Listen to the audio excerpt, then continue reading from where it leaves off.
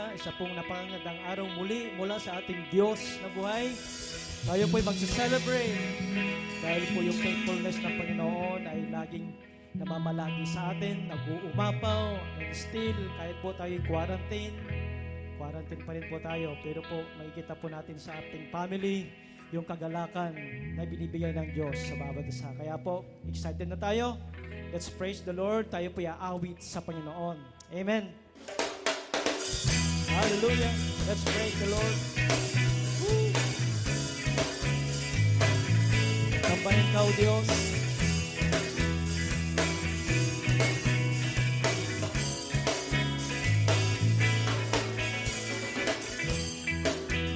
Hindi ko lamang ang tinig mo,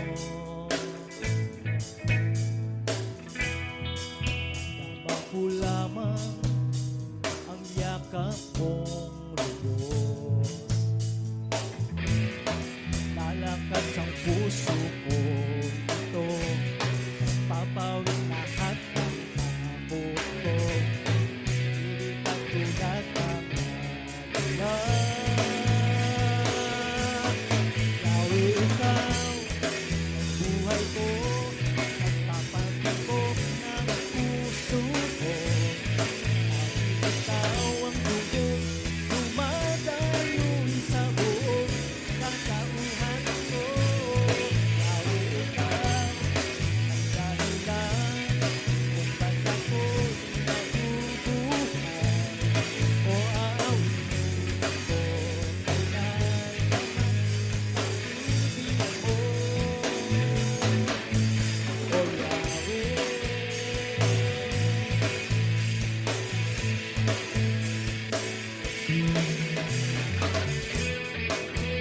iba ko lamang ang kagandahan mo.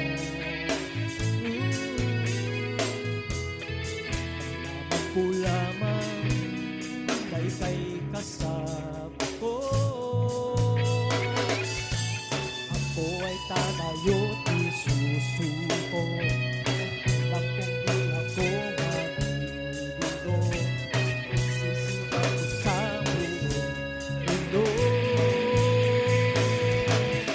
Yahweh, ikaw, buhay ko, at papatibok ng puso ko. Ikaw ang dugo, dumadaloy sa buong katauhan ko. Yahweh, ikaw, dahilan ba't ako'y nabubuhay. O aawitin ko kailanman ang pag-ibig mo.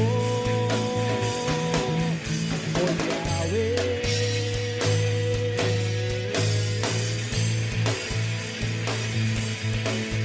O Yahweh,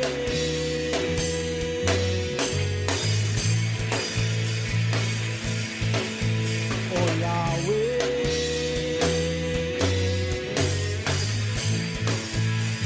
O Yahweh.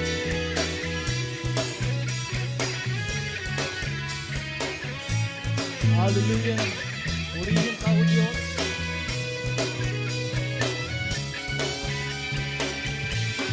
Yahweh, ikaw, buhay ko, nagpapatibok ng puso ko. Dahil ikaw ang dugo, dumadaloy sa buong katauhan ko. Yahweh, ikaw, dahilan kung ba't ako'y nabubuhay. O aawitin ko kailanman ang pag-ibig mo. O aawitin ko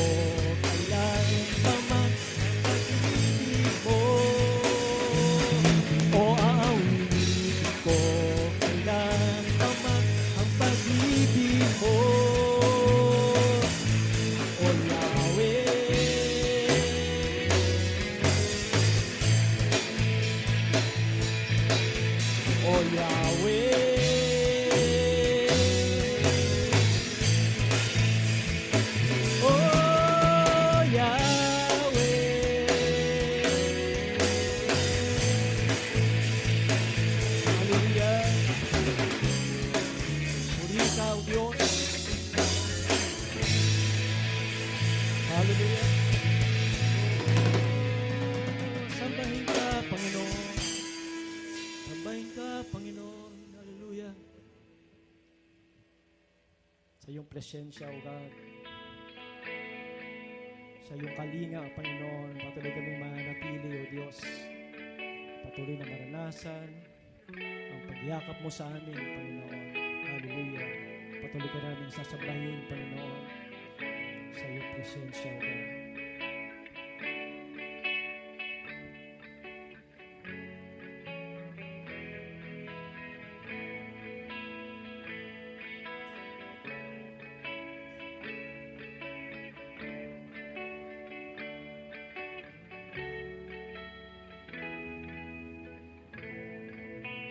Panginoon, ang nais ko, kagandahan mo ay pagmasdan, ang pag-ibig mo sa aking tugon, kailan may di pababayaan sa iyo lamang.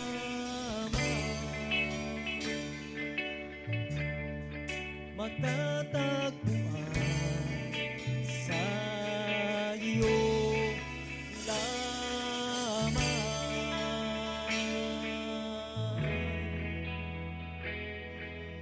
Mananatili sa iyong lilim at sasambahin ka sa dakong lihim.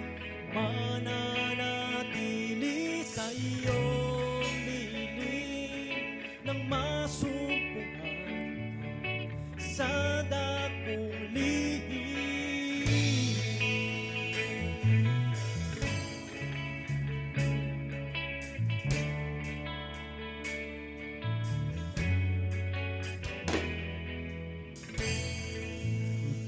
Panginoon, ang ngalan mo ay kalinga at sandigan ko, di nagbabago. Pangako mo, salita mo'y panghahawakan sa iyo lamang. Magtatagpuan sa iyo lamang.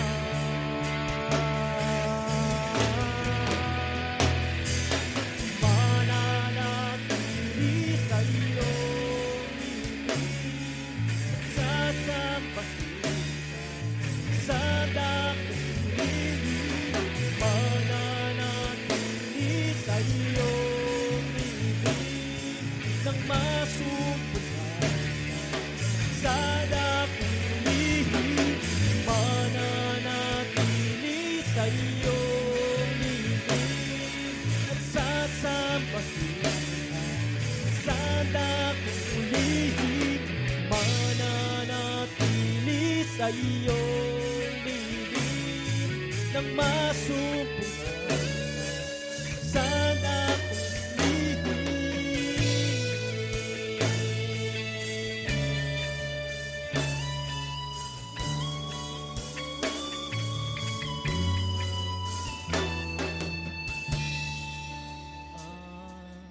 Papuri ko ay tanging sa'yo, sa'yo lamang iniaalam. Panginoon, ang puso ko sa'yo magpakailanman.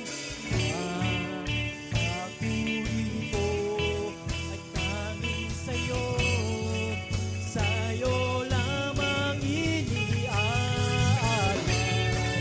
Panginoon, ang puso ko sa'yo magpakailanman.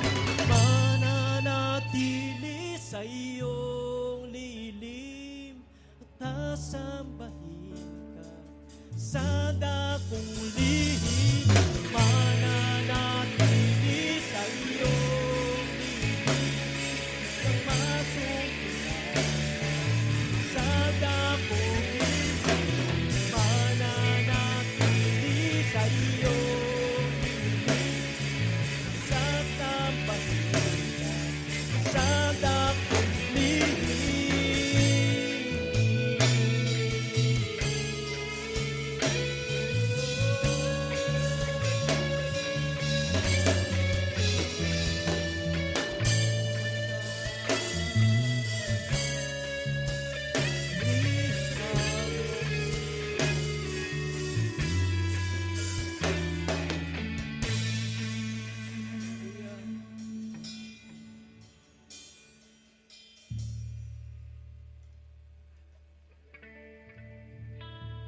Tuloy ka namin sasambahin, Panginoon.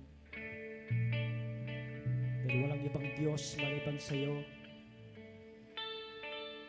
Ikaw ang tunay at ikaw ang totoo, Panginoon.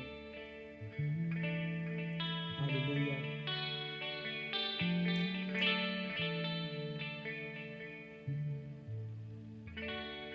Pupurihin ka, O Diyos.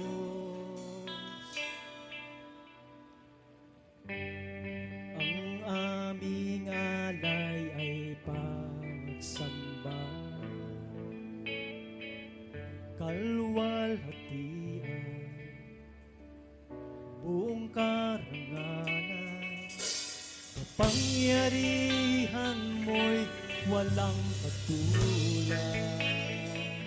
Purihin ka, O Diyos, pupurihin ka, O Diyos. Ang aming alay ay pagsamba, kalwalhatian, buong karangalan, kapangyarihan mo'y walang tulad. Ikaw ang tunay na Diyos, ika'y walang katulad, ika'y nag-iisa, ikaw lamang, wala nang iba. Sa'yo ang aming awit, dinggin ang aming tinig, isisigaw sa buong mundo.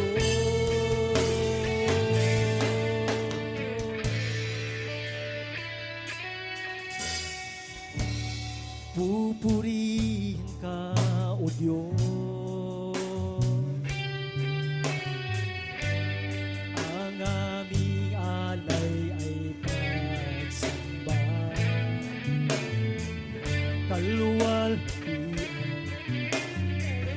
buong karangalan, kapangyarihan mo'y walang katulad. Ikaw tunay na Diyos, ikaw ang tunay na Diyos, ika'y walang katulad, ika'y nag-iisa, ikaw lamang, wala nang iba. Sa'yo ang aming awit, dinggin ang aming tinig, isisigaw sa buong mundo.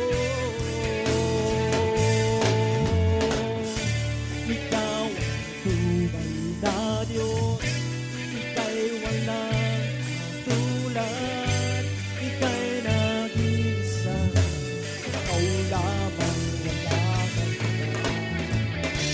Sa'yo ang aming awit, dinggin ang tinig, isisigaw sa buong mundo. Sisigaw sa buong mundo, isisigaw sa buong mundo. Isisigaw sa buong mundo. Sisigaw, isisigaw sa buong mundo.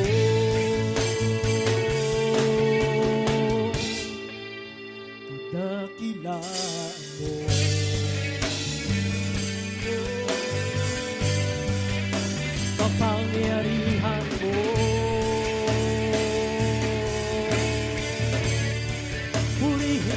Diyos.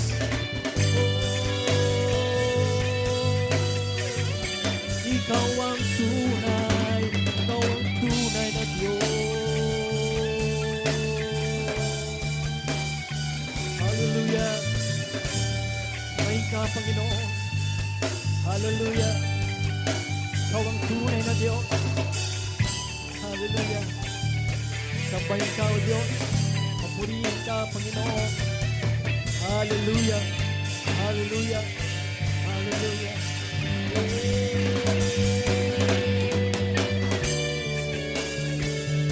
Purihin ka. Purihin ka, O Diyos. Hallelujah.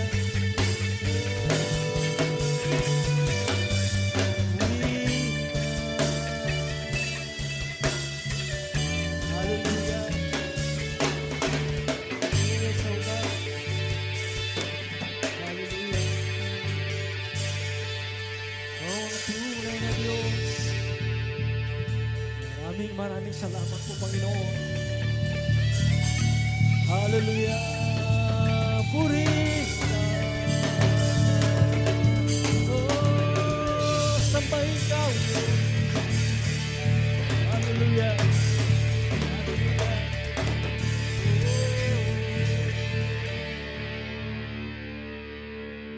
Maraming salamat po, Panginoon. Muli, O Diyos, patuloy mong pinaranas sa iyong mga anak, Panginoon, na hindi ka nagbabago.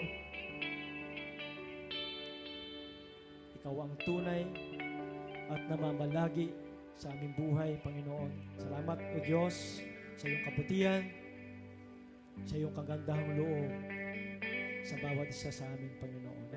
Maraming pong salamat. I-bless mo, O Diyos, ang bawat family na sumasamba sa oras na ito, Panginoon. Pinupuri ka namin, dinadakila ka namin. Sa iyo po ang katastasang papuri at pagsamba sa dakila at makapangyarihang pangalan ng aming Panginoong Hesus. Amen. Amen. Ito pong magandang umaga po.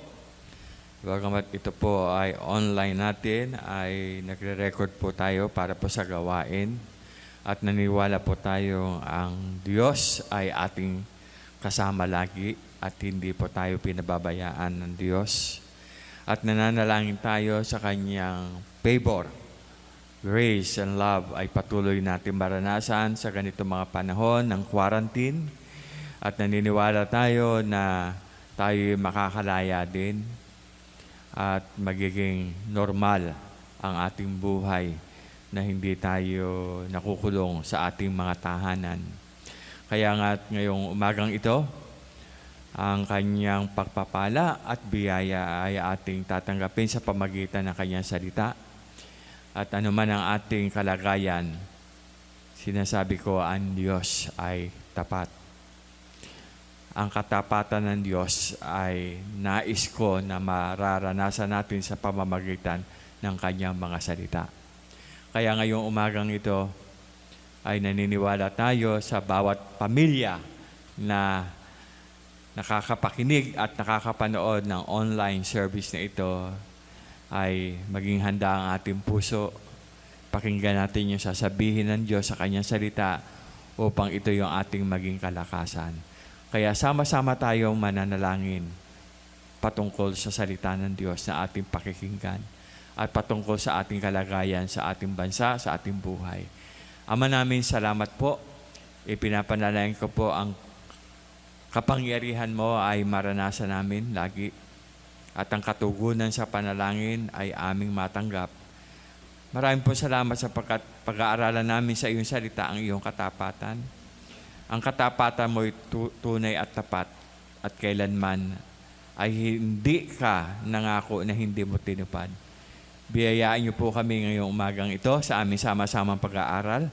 I-bless niyo po ang word sa aming puso at ang anointing mo sasama sa amin. In Jesus' name we pray. Bless the word of God. Amen. Ang ating pong pagbubulayan ay may kinalaman po sa katapatan ng Diyos.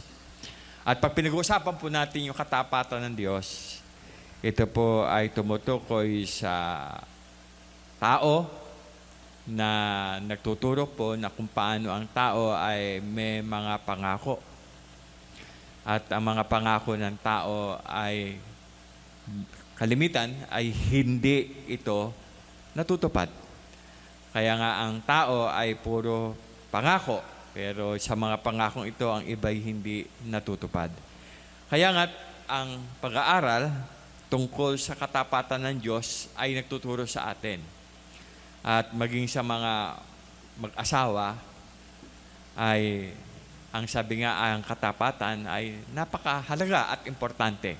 Sapagkat pag ang mag-asawa ay hindi nagiging tapat ang isa, ay nagiging problemado ang tahanang walang katapatan. Kaya nga nung sinabi ng bawat isa na ikaw lang, pero meron pa palang iba. No, may mga mag-asawang ang pangako niya doon sa altar, ikaw lang aking mamahalin. And after 2, 3, 4 years, ang mag-asawa ay nakakaroon ng mga problema at suliranin tungkol sa pagiging tapat. Pero alam natin na ang katapatan ay itinuturo ng Diyos. Sabi nga, ang bawat isa na pumasok sa buhay pag-aasawa ay napakalaga yung pagiging tapat. Ang sabi ng salita ng Diyos ay isang asawa lamang, magtatapat ka sa iyong magiging kapartner. Kaya nga, dahil dito, ay ating pinasasalamatan na itong Diyos na nakilala natin ay Diyos na tapat. Gusto ba natin maranasan ang kanyang katapatan? Yung kanyang pagiging totoo. Yan, no? Pag sinabing tapat, ibig sabihin, totoo ang Diyos. Siya ay makatotohanan. Ngayon, may mga bagay tayong titingnan na ang sabi nga ay, bakit nga ba natin masasabing ang Diyos ay tapat? Una, ang Diyos na ito ay hindi nagbabagong Diyos. Sa James chapter 1 verse 17, ang sabi, hindi nagbabago ang Diyos. Babasahin po natin sa wikang Tagalog, sa Good News version to. Ang sabi po rito ay ito, bawat kaloob na mabuti at ganap ay buhat sa langit. Mula sa Ama na lumikha ng mga tanglaw sa langit, hindi siya nagbabago. Hindi niya tayo iniiwan o pinababayaan man sa dilim. Alright. Habang tinitingnan ko ang text na ito, ang verse na ito, tumutukoy ito sa katangian ng Diyos. Nasabi dito, ang isang katangian ng Diyos ay hindi siya nagbabago.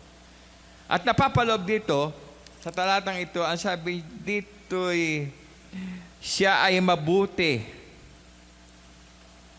Siya ay perpekto at ganap. No, sabi niya dito, bawat kaloob na mabuti at ganap ay buhat sa Diyos. Ibig sabihin, ang Diyos ay nakakaloob sa atin ng mabubuting bagay. Ang Diyos ay nakakaloob sa atin ng mga bagay na ganap. Kaya ngayon, anuman ang nangyayari sa ating buhay, minsan ay, sabi nga ay, may mga pinagdadaanan tayo. At yung text na ito, ayon doon sa paragraph, ay tumutukoy sa pagsubok sa buhay at pinaghambing yung pagsubok at saka yung tukso. Alam naman natin na testing and temptation ay magkaiba, of course. Pero ang akala ng iba ay pagka sila ay tinutukso, Diyos ang tumutukso sa kanila. Hindi. Titingnan natin ang liwanag ng salita ng Diyos. Ang sabi nito, mapalad ang taong nananatiling tapat. Ayan, no? Ibig sabihin, kung ang Diyos ay tapat, dapat din tayo ay maging tapat. Sabi dito, mapalad daw ang taong nananatiling tapat. Saan siya dapat maging tapat? Sa kabila ng mga pagsubok, sapagkat matapos siyang subukin, tatanggap siya ng putong. Ito'y ang buhay na ipinangako ng Panginoon sa mga umiibig sa Kanya. Huwag sabihin naman kapag siya'y dumaranas ng pagsubok na tinutukso siya ng Diyos, sapagkat ang Diyos ay hindi matutukso ng masama At hindi naman niya tinutukso ang sinuman. Natutokso ang tao kapag siya'y naaakit at napatangay sa sariling pita. Kapag ang pita ay tumubo at nag-ugat, magbubunga ito ng pagkakasala. Kapag lumala ang kasalanan, ito'y nagbubunga ng kamatayan. Kaya ang sabi ng salita ng Diyos sa verse 16, huwag kayong padaya, mga kapatid, kung minamahal. Na ang ibig sabihin dito ay yung mga bagay na nangyayari sa ating buhay ay huwag natin isisisi sa Diyos. Yan, no? Pagka may mga kahirapan, mga tinatawagan natin na mga pagkahulog sa kasalanan, ang sabi nga rito ay sinisisi natin sa Diyos. Pero ang Diyos, ang sabi dito, hindi tayo aakayin na tayo ay mahulog sa kasalanan. Ang sabi ang Diyos ay tayo sinusubok. At ang sabi nga rito, yung pagsubok ay parang katulad ng isang pag-aaral. Dumadaan tayo sa test of life. At ang sabi nga ay pag sinusubok tayo, tayo'y dinadalisay katulad ng isang ginto. Pinatatatag tayo ng Panginoon. Pero sabi dito, yung tukso ay kakaiba. Sabi dito, pag tayo tinutukso, ito ay yung tukso ay nagdadala sa atin para tayo ay magkasala. At sabi, huwag tayong padadala sa tukso ng kasalanan. Huwag tayong padadala sa tukso ng kaaway. Sapagkat ang sabi, ang pagsubay ay nagbubunga ng pagkakasala. At ang pagkakasala ay nagbubunga ng kamatayan. Kaya sabi ng Panginoon, huwag kang padaya. Okay, don't be deceived. Ang sabi nga ng salita ng Panginoon, sapagkat gusto ng Diyos na ibigay sa atin ang mga bagay. Sabi dito, bagay na mabubuti at sakdal. Ibig sabihin, gusto ng Diyos na tayo ay pagpapalain. Gusto ng Diyos na tayo ay makatamo ng biyaya ng Panginoon. Kaya nga yung pagiging anak ng Diyos ay isang kalagayan na pagiging blessed. Alam niyo ba na mapabilang ka sa pagiging anak ng Diyos, ikaw ay tagapagmana ng kaharian ng Diyos. Kaya nga, hindi ka namamamayan dito sa lupang ito. Dalawa ang ating pagiging mamamayan. Mamamayan ng lupa at mamamayan ng langit. At alam natin na isang araw, buuwi tayo sa ating final na tahanan. At ito ang kanyang kaharian. Kaya nga, ang Diyos na ito ay Diyos na hindi nagbabago.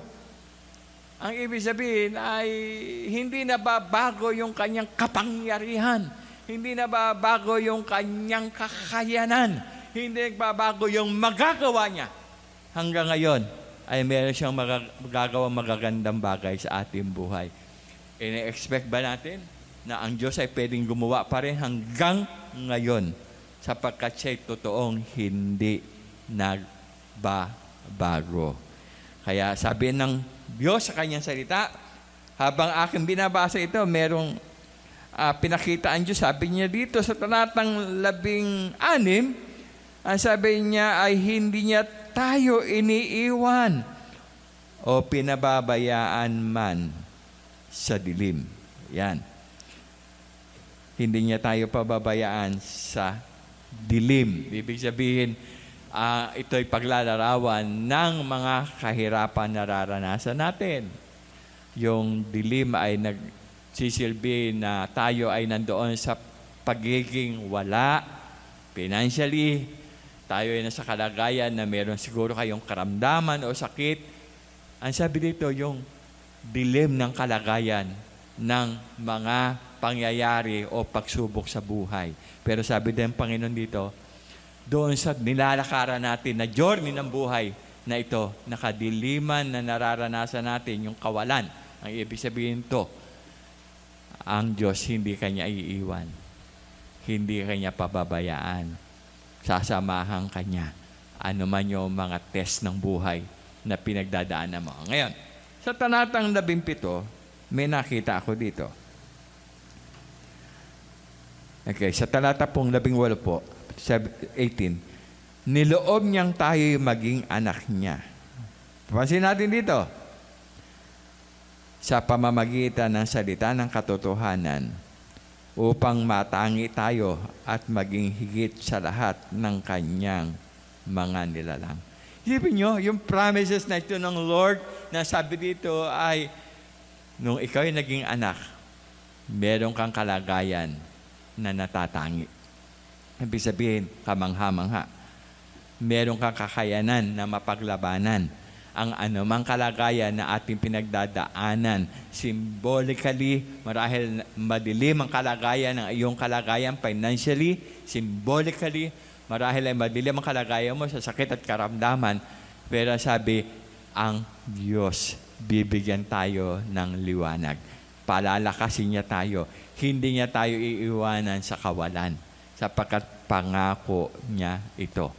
Hindi siya nagbabago. Can we say amen? Amen. Ang ikalawa na ating titignan ay doon sa Deuteronomy chapter 7 verse 9.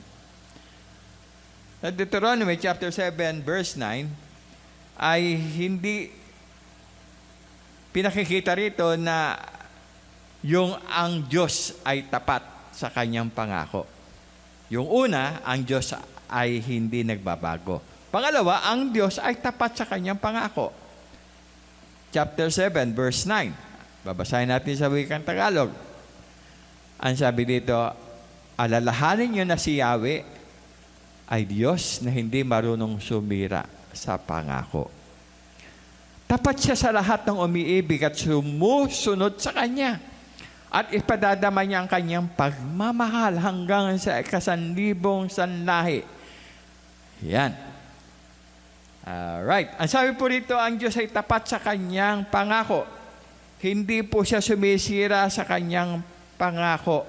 Pag sinabi niya po, ito talaga ay mangyayari at magaganap. Kaya lang, ang sabi rito, paano mo mararanasan yung kanyang pangako? Talatang 12, chapter 7 verse 12, kung susundin nyo ang kanyang mga kautusan. Tutup din naman ni Yahweh ang kanyang pangako. Sabi rito, meron tayong obligasyon na gagawin. Susundin natin yung gusto ng Diyos, yung inuutos ng Diyos, yung pinagagawa ng Diyos. At ang sabi dito, pag ginawa mo ito, ang sabi dito, yung pangako. Sabi dito, yung kanyang pangako ay patuloy niyang gagawin at patuloy niya kayong iibigin. Ayan, verse 13, pagpapalain. Ayan, at pararamihin. Bibigyan niya kayo ng masaganang ani, inumin at langis. Pararamihin niya ang inyong mga hayop. Pagdating niyo sa lupaing ipinangako niya sa inyong mga magulang. Kayo'y pagpapalain niya na magiging higit sa 5 bansa. Walang magiging baog sa inyo, maging tao, maging hayop. Ilalayo niya kayo sa mga karamdaman. Alinman sa mga sakit na ipinadanas sa mga Ehipsyo ay hindi niya padadapuin sa inyo, kundi sa inyong mga kaaway. Pupuksain ninyo ang lahat ng bansang ipasasakop niya sa inyo. Huwag niyo silang kaaawaan. Huwag din ninyong sasambahin ang kanilang mga Diyos-Diyosan. Yan ang patibong na naghihintay sa inyo roon. Huwag niyo ikababahala kung paano niyo malulupig ang mga bansang ito. Huwag kayong matatakot sa kanilang dami at lakas. Alalahanin na lamang ninyo ang ginawa ni Yahweh sa Paraon at sa Ehipto. Ang malalagim na salot na kanyang ipinadala at ang mga kababalaghang ipinamalas niya nang ialis niya kayo doon, ganun din ang gagawin niya sa mga taong iyan na kinatatakutan ninyo. Sa ating pangunawa is about the house of Israel, is about the children of Israel, na sinasabi ng Diyos yung pangakong ito. Yung promises na ito, ibinigay ng Diyos sa house of Israel. Ang sabi dito, iingatan ko kayo, ang aking pag-ibig, pagmamahal ay sasama sa inyo. Subalit naniniwala din tayo na tayong mga tumanggap kay Kristo ay meron ding pangakong ibinigay sa atin ang Diyos. At ang pangakong ito ay ating pinanghahawakan. Hebreo 13:5.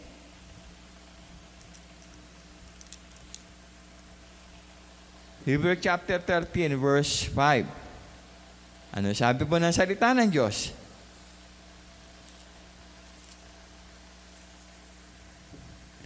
Ang sabi po rito ng talata, sa talatang 5, huwag kayong magmukhang salapi. Masiyahan kayo sa anumang nasa inyo, sapagkat sinabi ng Diyos, hindi kita iiwan ni pababayaan man. Walang pag-agam-agam na masasabi natin, ang Panginoon ang tumulong sa akin. Hindi ako matatakot. Ano ang magagawa ng tao sa akin? Napakagandang pangako, di po ba? Ang sabi dito sa ating ikalawang katotohanan, ang Diyos ay tapat sa kanyang pangako. At ang pinangako ng Diyos dito sa atin ay hindi niya tayo iiwan, hindi niya tayo pababayaan. Ang sikreto nga lamang ay masiyahan ka kung ano ang nasa iyo na ibinigay ng Lord. Alam niyo, pagka ang Lord ay nasa puso't buhay natin, kontento tayo. Kasi ang sabi ay, walang pwede magbigay ng ganap na kasiyahan kundi si Kristo lamang. Kaya pag si Kristo tinanggap mo sa iyong puso, ginawa mo siyang Lord and Savior ng buhay mo, meron kang contentment. Kasi bakit? Yun lang natin, bakit pa magkakaroon ka ng contentment? Kasi yung tinanggap mo, siya ang may-ari ng langit at lupa. The creator of everything. And He knows your need. Kaya nga dahil dito, hindi kanya pababayaan. Hindi kanya iiwanan. Kaya yung kanyang pangako, panghahawakan mo yan. Kasi ang pangako ng tao, talagang masablay minsan ng mga promises ng tao. Kasi ang tao ay meron siyang kahinaan. Hindi tulad ng Diyos. Wala siyang kahinaan. Ang Diyos ay makapangyarihan. Hindi naiidlip ni hindi natutulog. Kaya nga kung meron 7-Eleven, di ba? 7-Eleven, ibig sabihin ng 7 araw sa 7/24. Ang tawag pala doon. No, hindi yung 7-Eleven, 7/24. 7 araw, 24 na oras. Ang Diyos, laging gising. Alright? Na pwedeng panghawakan ang kanyang mga pangako. Ang ibig sabihin nun? Ang ibig sabihin nun ay magtitiwala ka. Pag sinabi ng Diyos, paniwalaan mo. At ang Bible ay nagtuturo na marami mga pangyayari na mga taong nagtiwala sa pangako ng Diyos. Ako, tanong niyo, Pastor, naranasan ba yung mga pangako ng Diyos? Maraming pagkakataon sa buhay ko na yung mga pangako niya ay aking pinahawakan. Ano yung pangakong ito? Sabi, ano man ang hingin mo sa aking pangalan, ay ibibigay ko sa iyo. Nung mga panahon na 1985, ay nagpa-pioneer kami sa paglilingkod sa Panginoon. Dumadami ng aming mga home Bible study. Kaya nanalangin ako sa Diyos. Sabi ko, O Diyos, masyado na pong malayo yung mga pinupuntahan ko. Kinakailangan ko po ang motorsiklo. Isang motorcycle ang ipinanalangin ko. At hindi ko alam kung paano, saan manggagaling ang pera. Pero during that time, 1985 yon, ang Diyos ay talagang surprise, may blessing kami tinanggap. At yung blessing na tinanggap namin ito ay halagang 4,000 piso, 4,000 pesos. At yung pinagpipray ko, isang araw may dumating na isang tao sa bahay namin doon sa St. James. Doon pa ang church noon. At sabi niya, Pastor, sabi niya, gusto mo bang bilihin yung aking motor? Sabi ko, ang pera ko lang. Gusto kong magkaroon ng motorsiklo para magamit ko sa ministry, pero 4,000 pesos ang pera ko. Sabi niya, deal. Sabi niya, sige, sa'yo na yung motor ko. Tinanggap niya 4,000 pesos, kaya nagkaroon ako ng motorcycle. Yan ay Honda 90 na halos ginamit ko to ng almost 5 to 6 years na nagamit ko sa pagbabible study, sa visitation, sa mission, at sa mga gawain sa pagiging presbyter ko rin. Noong mga panahon yon, ako ay naglilingkod na sa section at sa distrito. At malalayo yung binabiyahe ng motorsiklo yon. Nakakarating ako ng Masinloc, pagsibi yun. Motorsiklo lang, Masinloc. Nakakarating ako ng Tarlac. Through motorcycle lang, single motorcycle. Kaya, bakit ko sinasabi ito? Kasi ang Diyos ay tapat. Na pag ikaw ay nananalangin, tatapatan ng Diyos yung panalangin mo na ikaw ay nagtitiwala sa Kanyang mga pangako.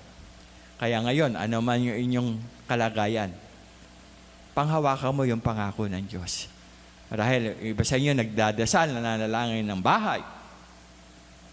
Ang iba sa inyo nananalangin ng lupa. Ang iba sa inyo nananalangin ng sasakyan.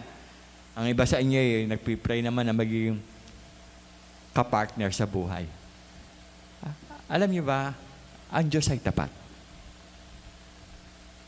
Pag nagpipray ka, ano sabi ng salita ng Diyos? Ang Diyos ay tapat na pakikinggan ka sa panalangin. Kaya sabi, when you pray according to the promise of God. Alright? Kaya, i-quote mo yun, Lord, sinabi mo yung John 14:14. Ano man ang hihingi namin sa pangalan ng iyong anak na si Jesus, ibibigay mo. Alam niyo, ganun ako mag-pray. I pray to the Father and I ask in the name of Jesus. At alam niyo, garantiya talaga. Epektibo. Maraming mga kwento ako masasabi na naranasan ko yung mga imposible. Pero naging posible. Why? Because we pray according to the promise of God. Right? Kaya, ano ang challenge dito ng Panginoon? Ang sabi dito, pinakikita niya yung kanyang kabutihan. Babalik tayo doon sa Deuteronomy 7:9. Babalik tayo, sabi dito, hindi marunong sumira ang Diyos, pero ipinapakita niya yung kanyang katapatan, sabi dito, sa lahat ng umiibig. Umiibig. Pangalawa, sumusunod sa Kanya. Ayan. Ang requirement, in order for us to experience the promise of God, ay yung mahalin natin ng Diyos. Tapos, sumunod tayo sa Diyos. At alam kong hindi niya ipagkakait ang Kanyang mga pangako sa atin. Ang sabi dito kung paanong naranasan ng Israel ang kanyang deliverance. Yung deliverance ipinagkaloob ng Diyos sa house of Israel. Yung kanyang healing ibinigay. Yung provision, protection. Pagiging panalo sa laban. Alam ko, mararanasan din natin yan. Magiging panalo tayo sa laban. Kasi kasama natin ng Diyos. Yan ang ikalawa. Ikatlo, na katotohanan ay ang Diyos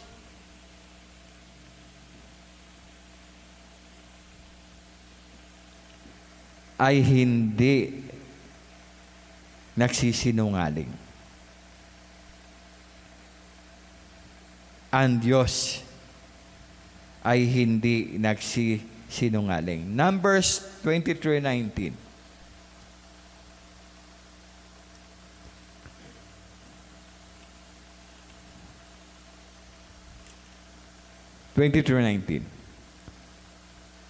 Ang sabi dito, ang Diyos ay di sinungaling tulad ng tao. Ang isipan niya ay hindi nagbabago. Ang sinabi niya ay kanyang ginagawa. Ang kanyang pangako'y tinutupad niya. Napakagandang mga talata. Sabi, ang Diyos ay di nagsisinungaling kung anong sinabi niya, ito'y kanyang gagawin. Kung ano ang sinabi niya, ito'y kanyang tinutupad. Hindi siya sumisira sa kanyang pangako. Ngayon, ang text nito is tungkol doon kay Balak at saka kay Balaam. Yun ang text dito. Si Balak, sinusuhulan si Balaam para kanyang sumpain sa talatang 25 ang Israel. At ang sabi ni Balak, siya ay iyong sumpain at huwag mo naman siyang pagpapalain. Verse 26, ngunit ang sagot ni Balaam, hindi ko ba't sinasabi sa iyo? Sabi niya, hindi ba't sinasabi ko na sa iyong gagawin ko lamang ang lahat ng sinasabi sa akin ni Yahweh? Ano yung sinabi ng Diyos kay Balaam? Ito. Ang sabi dito ng Diyos, ang utos sa talatang 20, ang utos sa akin, pagpapalain sila. Pansin natin, pagpapalain sila. At ito'y di maaring hindi ko sundin. Wala akong nakitang kapahamakan para kay Jacob, ni kasawian para sa Israel. Si Yahweh ang kanilang kaakbay. Siya ang hari nila sa landas ay patnubay. Ang Diyos na nag-alis sa kanila sa Ehipto, sa pamamagitan ng makapangyarihan, walang makatatalo. Si Jacob ay hindi susumpain, nilalaitin man ang Israel. Bakos pa nga'y aking sasabihin, ang gawa ng Diyos ay iyong malasin. Parang lakas ng leon, ang lakas niyang taglay. Hindi siya titigil hanggat di nauubos ang kaaway. Kaya nga, yung nais na gawin ni Balak para sa Israel, ang propetang si Balaam ay hindi nagtagumpay sapagkat dinesign ng Diyos na ang Israel ay pagpapalain. Bless ng Panginoon. Alam niyo ba, ang gusto ng Diyos, hindi tayo mapahamak. Ang gusto ng Diyos ay maranasan natin ang biyaya. Kaya sabi dito, ang Diyos, hindi tulad ng tao. Ang tao, sumisira sa kanyang pangako. Pero ang Diyos, hindi. Hindi siya sisira sa kanyang pangako. Kaya pwede natin panghawakan ang mga pangako ng Diyos. Kaya ngayon, ang sabi, ang katapatan niya, totoo at tunay. Gusto niyo ba maranasan ang katapatan ng Diyos? Ang sabi po, sa katapatan ng Diyos ito'y po pwede natin siyang maging Diyos sa ating buhay. Po pwede natin panghawakan ang kanyang mga pangako. At po pwede tayong magtiwala sa Kanya sa yung batong at muog na matibay na ang Kanyang pangako, si Jesus, siya yung kahapon, ngayon, at magpakailanman. Kaya hindi siya sumisira sa Kanyang mga ipinangako. Gusto niyo ba maranasan ang mga pangako ng Diyos na ito? Magtitiwala tayo sa Kanya. At ating aawitin ang awit ng pagsamba sa Panginoon. Katapatan mo, O Diyos, tunay. Ang katapatan ng Diyos ay tunay. At ang Kanyang pag-ibig. Umawit tayo na may pagsamba.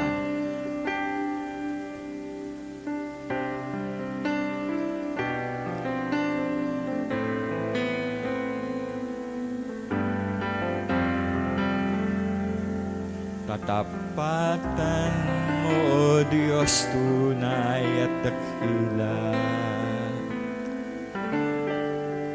Ang pag-ibig mo'y wagas at walang kapantay. Sa aking puso, sa aking buhay, papurit pagsambay, iaalay. Bukas noon, ngayon, magpakailanman, walhati ka, Panginoon. Hallelujah. Hallelujah. Ikaw ang Diyos namin. Ikaw ang Panginoon. Kaya ngayon, dinadalangin namin ang mga pangako mo. Maranasan namin sa ganito mga panahon ang katapatan mo. Hindi mo kami iiwan. Hindi mo kami pababayaan. Marami pong salamat Sapagkat kung ikaw ay may mga pahayag sa amin, gawin mo naman kaming maging tapat sa katapatan mo. Alam namin na hindi namin kayang katapatan ng katapatan mo. Pero tulungan mo kami maging tapat. Yun po yung prayer namin. Help us to be faithful. Gawin namin yung gusto mo. Gawin namin yung kalooban mo yun. And we thank you, Father, because of your grace, of the love of God through Christ Jesus. Minahal mo kami dahil kay Christ. Siya yung tinanggap namin. Tinanggap mo kami at kami ay tumanggap ng favor. Kaya ngayon, salamat po. Pinagpipray namin ang bawat kongregasyon at bawat nakikinig, bawat mga nakapakinig na mensahe. Hipuin niyo po ang kanilang mga buhay at magkaroon po ng pagtugon sa kanilang mga pangangailangan. Maranasan po nila ang katapatan mo sapagkat hindi ka nagbabago. Hindi ka nagsisinungaling sa mga pinangako mo. Ikaw ay laging tapat. Kaya ngayon, tulungan mo kaming maging tapat. And thank you, Father God. And we want to give you praise and glory and honor and glory sa araw na ito. Basbasan niyo po ang bawat nakapakinig ng salita mo. Basbasan niyo po ang bawat sambahayan. Ialis mo po ang anumang sakit o karamdaman sa kanilang kalagitnaan. At huwag po kami, Panginoon, dapuan ng anumang mga sakit at karamdaman. You're covering to be upon us through the blood of Jesus. I-bless niyo po ang bawat kabuhayan ng iyong mga anak. I-bless niyo po ang kanilang mga business. I-bless niyo po ang kanilang mga ministry. I-bless niyo po ang gawa ng kanilang mga kamay. Because just like the children of Israel, tinawag mo sila para mapagpala. Kami din na mga anak mo. Naging anak mo kami. At kami ay tatanggap din ng mga pangako ng pagpapala. Salamat po ng marami sa pangalan ni Jesus na aming Panginoon. Amen and amen.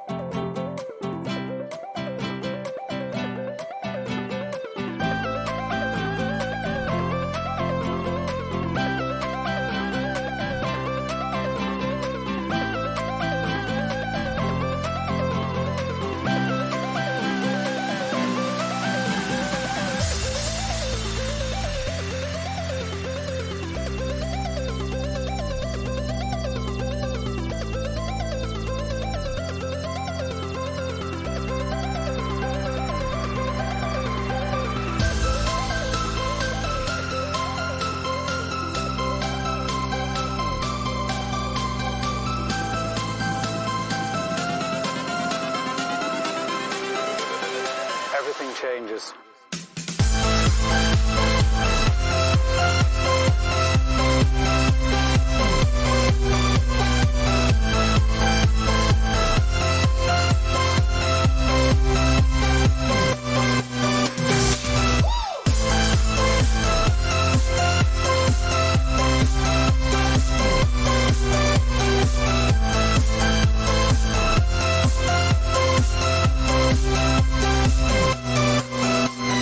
Life.